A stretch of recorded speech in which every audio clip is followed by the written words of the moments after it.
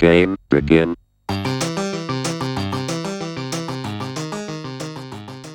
Hi, I am Eddie, Hi, I'm Taku. and today we're going to be talking about video games, but specifically retro video games. What made you decide to talk about this? Because retro games are a kind of thing that people in America, even the younger generation, are starting to explore a little bit more. And it's something that's really important to me, and I know that we kind of have a shared interest in it to some degree, so I figured it'd be interesting to talk about. First of all, this is another one of my opinion. Mhm. You can write comments if you disagree, but Japanese people are not respecting retro games, I think. Although they release some like Famicom, Super Famicom, reissues. Yeah. Like compared to U.S. people. Oh yeah, there's definitely. So I get that impression. I do a lot of retro game hunting around Tokyo whenever I come to visit. I'm collecting like all the old Game Boy games right now. I mean, I got you a... Yeah, Famicom. Yeah, box complete. It's like displayed in my house right now. It's very nice.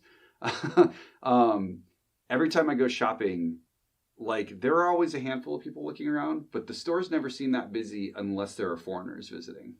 Oh, you're talking about Super Potato? Super Potato, Retro Game Camp. So wait, let's explain about Super Potato. I mean, this is like for retro game fans, Super Potato is like so... They're kind of famous. One. Yeah, everybody in America, I think, like... Well, I wouldn't say everyone in America knows, but they're kind of like the de facto... If you ever watch somebody do a video about retro game hunting in Japan, Super Potato is the first place that they go to. And... that's both a good and a bad thing, because Super Potato does have amazing stuff. They've got really cool stuff on display that you'll never see anywhere else. They have like a real expensive, was it Kinnikuman, was it? Or something. Yeah, the prize cartridge, the gold one for Nintendo, right? Or for Famicom. Yeah, was it Kinnikuman?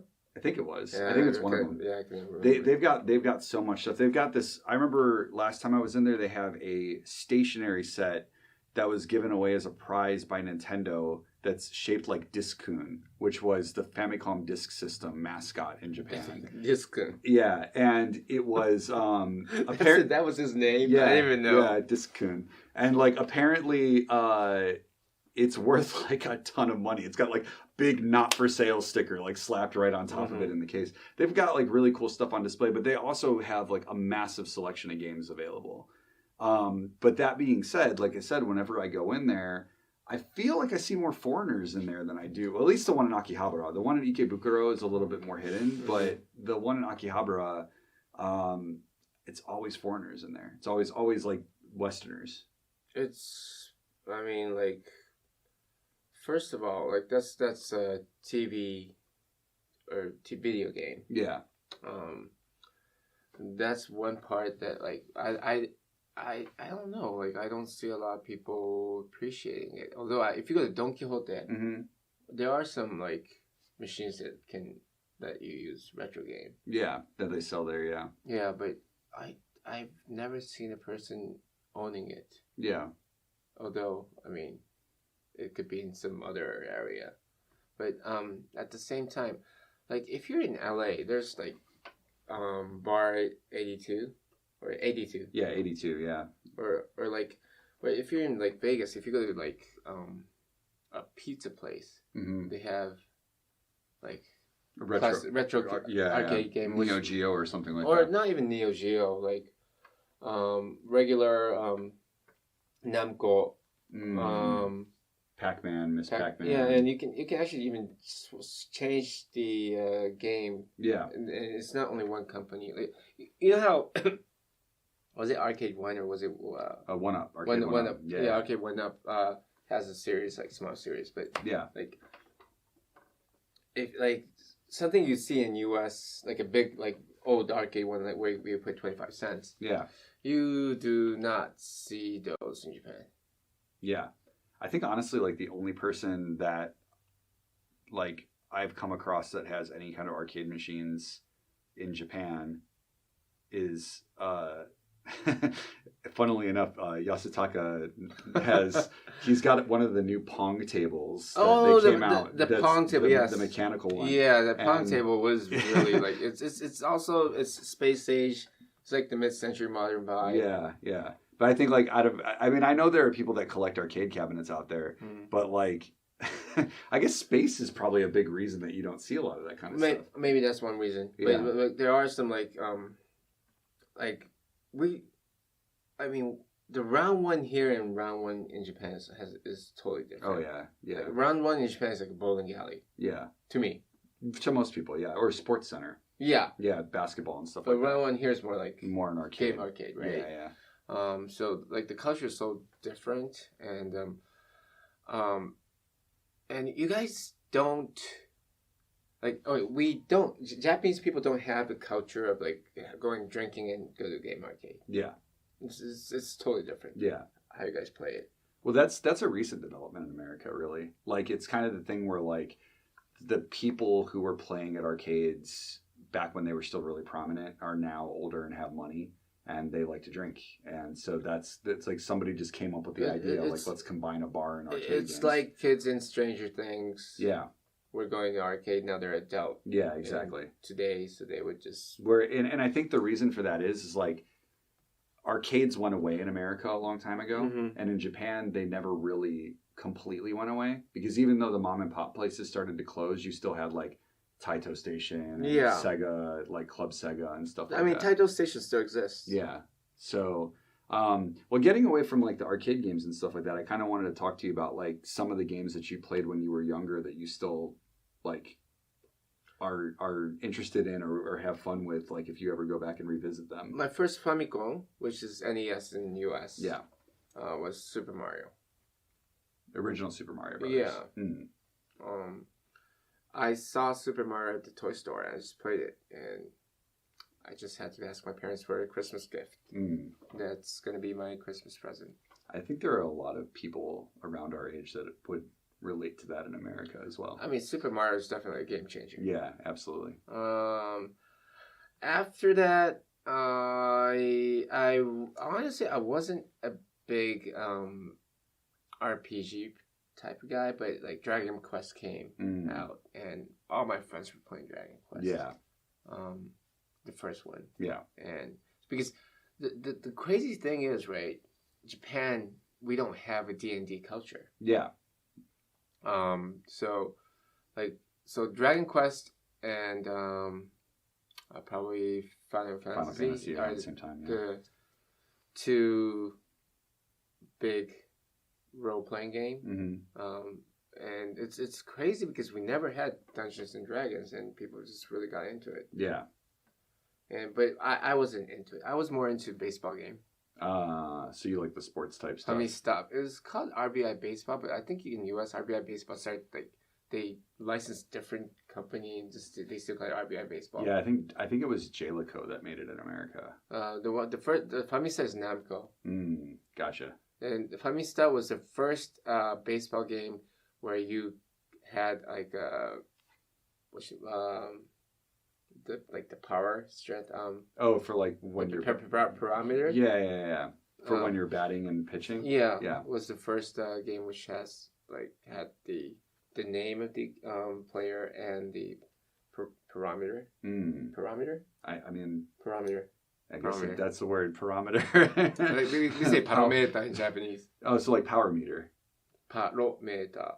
Yeah, I think we would just call it power meter. Is it power meter? Yeah.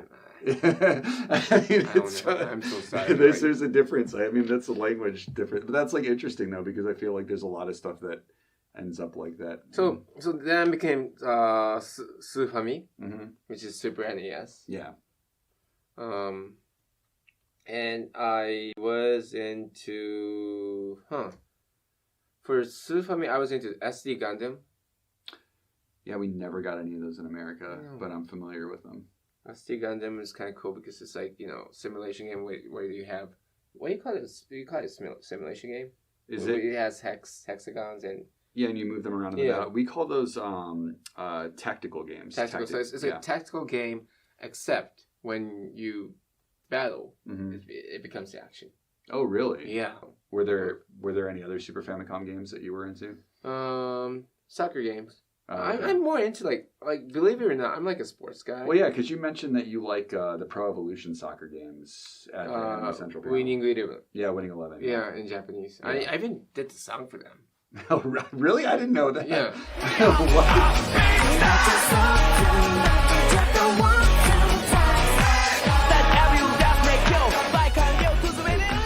I made the opening tune for them. Wow. Crazy. How did I not know this? It's called Otaquest FC. Well, I wanted to ask you which is your favorite, but I guess it's Mother 2. Yeah, Mother 2 by far. Absolute top. I played Mother 2 before. Yeah. And I didn't play Mother 2 when it was released. Yeah. Because the advertisement on TV was kind of like annoying. With the singing, yeah, with the brother and the brother is at the cafe. Yeah. No, it was. So the one I know is it's at swimming pool and kids are waiting, and one kid starts singing Mazatsu, Mazatsu, and other kids start singing. And what happened in Japan back then was when you go to the swimming pool, kids would start doing that. That was funny. So annoying. So the thing is, like, I've never seen that commercial for it. I saw one where, and I don't remember who it was, but it was some actor, and it was like him and his little brother at a cafe, and they're talking about the game, and then the Mazatsu like starts happening, and then it goes out, and it's like the whole world, and that's the one that I'm familiar with. But that game was like. So I mean, it's basically a skin of RPG game. Yeah. Or engine of RPG game, except how they express words. Like Shigesato Itoi is like you don't attack. You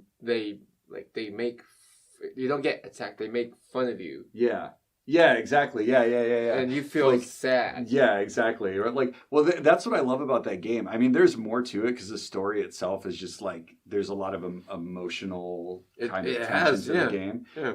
I think that's like one of the first emotional game ever made. Yeah, I agree. I remember that for Mother 1, the ad campaign in Japan was like no crying until the end or something like that. Yeah. It was a new concept for like video game. Yeah, and that's what I love about it so much is because there's like the story just like kind of grabs you, and even to this day, like I play all 3 of the games in the Mother franchise at least once every year. So I heard there's Mother 3. Yeah, it's for Game Boy Advance. It was originally supposed to be for Nintendo 64, and it got canceled. Like it was supposed to be for 64 DD, that got canceled. Then it went to 64, that got canceled, and then in 2006 they released it for Game Boy Advance.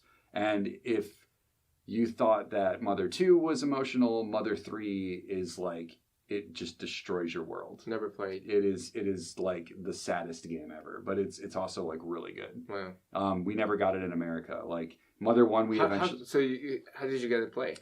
So the first time that I played through it, I have the Japanese cartridge for it. The first time I played through it using a guide that somebody wrote online. Because at the time I still wasn't really able to read hiragana or katakana at all, and so I had no idea what was going on at all. And so I used a guide online to play through it, and it was really good. And then a group of fans in America, and Mother fans in America are like dedicated, like crazy dedicated. They took like several years and made a fan translation patch for it, and they should release it. That they even told the guys who made this patch told Nintendo if they wanted to use it for an official release that they could use it. And Nintendo has actively made fun of the community on multiple occasions over the release thing. What do you mean? Now, I don't think like being mean about it, just like kind of poking fun. Like the previous president of Nintendo, Reggie Fils-Aimé, he would get asked about it every single time he'd do an interview. Like people would just be like, "So when's Mother 3 coming?" Because it was such a regular thing. And one year for E3 during Nintendo's press conference, they had the guys from Robot Chicken do a skit where Reggie's on stage talking, and then like the big chubby nerdy kid goes, "Come on, Reggie, give us Mother 3. How about this instead?" And so like, and I think it's just Nintendo like poking fun at the fans because they know that we want it. It's just for them. I think it's a complicated thing because there are elements of that game that maybe it works better in Japan than it does in America. But then again, fans come up with speculation about stuff all the time. We wanted a re-release of Earthbound Mother 2 for years. Speculations come out when no one's talking about it. That's true when too. No one speaks out loud. Yeah. So I mean, I just hope that they give it to us at some point because, like, I'm one of those people that I buy that game every single time it gets released. I will buy, however it's released because I want to support it. You know, yeah, there are people who wants to support it, so why not sell it? It's another lame thing about Japan. Yeah, well, I mean, I think it's America. Like Nintendo, by the way. I think it's America too, to be honest. I don't think it's because America. It's a marketing thing. The original Mother was finished, and then they just never released it until like 2 or 3 years ago. Well, no, 4 years ago. They released it on the Wii U in America. It was the first time we ever got the original Mother, and then Mother 2 came out, and people say it didn't do well. I definitely remember buying multiple copies from clearance bins when I was younger. I have a feeling it wouldn't do well in the US. The thing is that fans really like it. It's got a lot of critical praise, but the ad campaign for it in America. If you thought the ad campaign in Japan was bad, the ad campaign in America had scratch and sniff cards that smelled like farts and rotten eggs. That's so cool. And the ad campaign said, "This game stinks." That was the ad campaign they called it Earthbound in America. That was the ad campaign that we had for the game in America. Wow. And so a lot of people think that ad campaign had a lot of negative impact. Actually, I think it's a great I think it's clever. Campaign. I mean, considering a lot of the stuff that you run into in the game, I think it's very cool. You fight a pile of barf. There's a character named Master Belch, and he's a pile of barf. I mean, like, it's very fitting, but, you know.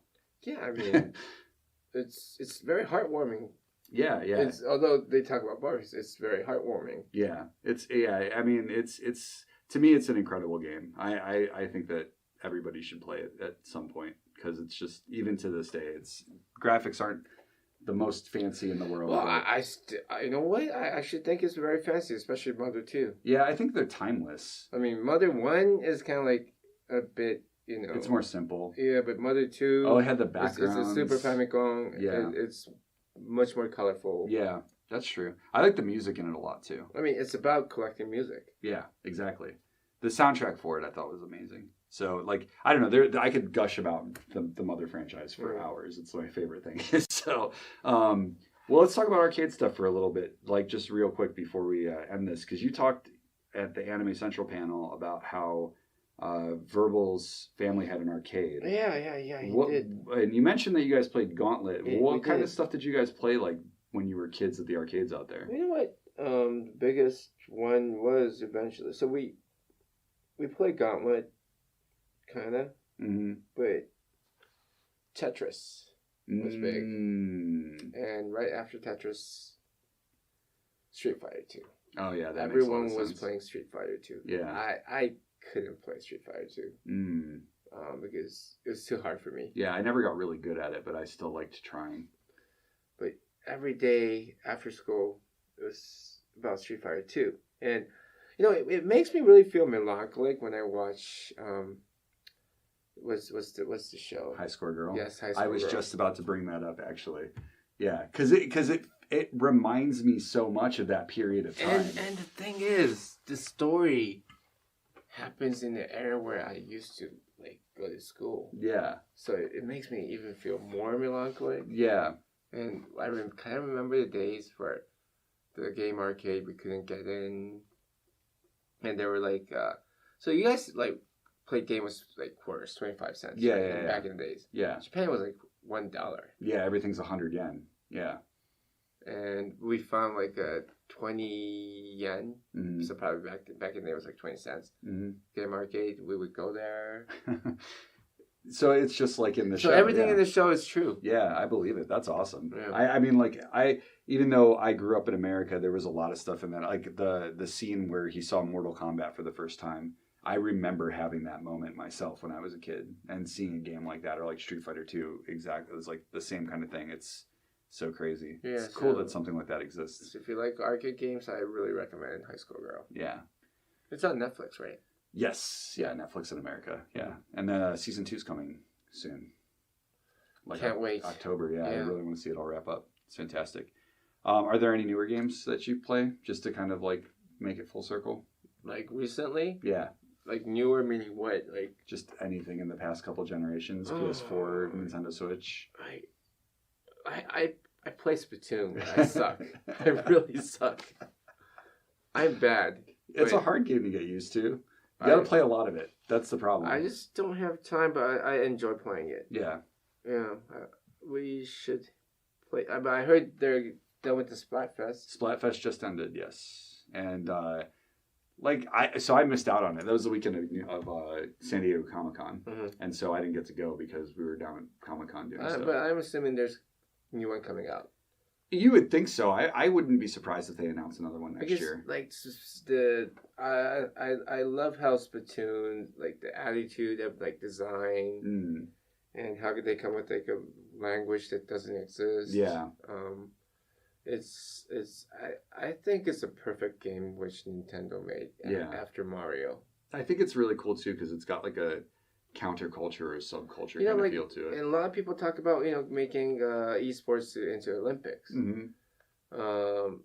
But there's some issue that some games are too brutal. Yeah. But Splatoon's not. Yeah, absolutely. And it's got all the different game modes and stuff too. Yeah. Could you imagine if that was released when we were kids? I would go crazy. Yeah. I would not finish my homework. Yeah. Yeah, absolutely. Well, cool. Well, thanks for giving me some insight on that kind of stuff. We never play games together, so it's interesting to hear your kind of like background with it. Yeah. And I know like at the Block FM office, you have like a Famicom and all that stuff. Yeah, I keep it there for like my staff, but yeah. I never took a look at what games you have. So cool. Well, that was a little bit of our background on retro games. I talk about them a lot on my Twitter and stuff. So if you ever want to ramble with me about it, feel free to. We can talk more in depth. Or you can talk more in depth next time. Yeah, of course. This is this kind of general topic. Yeah, this is like getting to know kind of situation, right? Yeah, I'm assuming there's so much history to it, and I feel like it's the kind of thing where there's just so many consoles. By the way, I had everything. I believe it, except for Cube. No, I bought Cube too. Yeah, I mean, no, except for Neo Geo. Yeah, because that was too expensive, right? Or just was it? In America, I mean, the price. Neo Geo was about fighting game, so that's why they. Well, they had baseball games on it. Baseball Stars was one of my favorites. Very few selection. No, they had it was like 100 Mega Shock, right? Yeah. It was 100 Mega was like great back then. Yeah. I mean, I played the Metal Slug stuff. Here we are, like going back into it. Metal Slug, I really liked, but Baseball Stars was good, and I really liked. If you've never played it, actually, Neo Turf Masters, the golf game, was actually like really, really, really fun. Yeah, I mean, like a lot of that stuff I played in the arcades when I was a kid. People in America didn't really get Neo Geos because the price tag on them for a brand new console was like $700 at the time, and it was like a couple $100 for a new game, so it was very expensive for most people. Yeah, I mean, like that was just, it was the arcade at home. It was literally the arcade at home. Yeah, my friend was carrying it around too when we had sleepover. Oh, that's awesome. Yeah. So Neo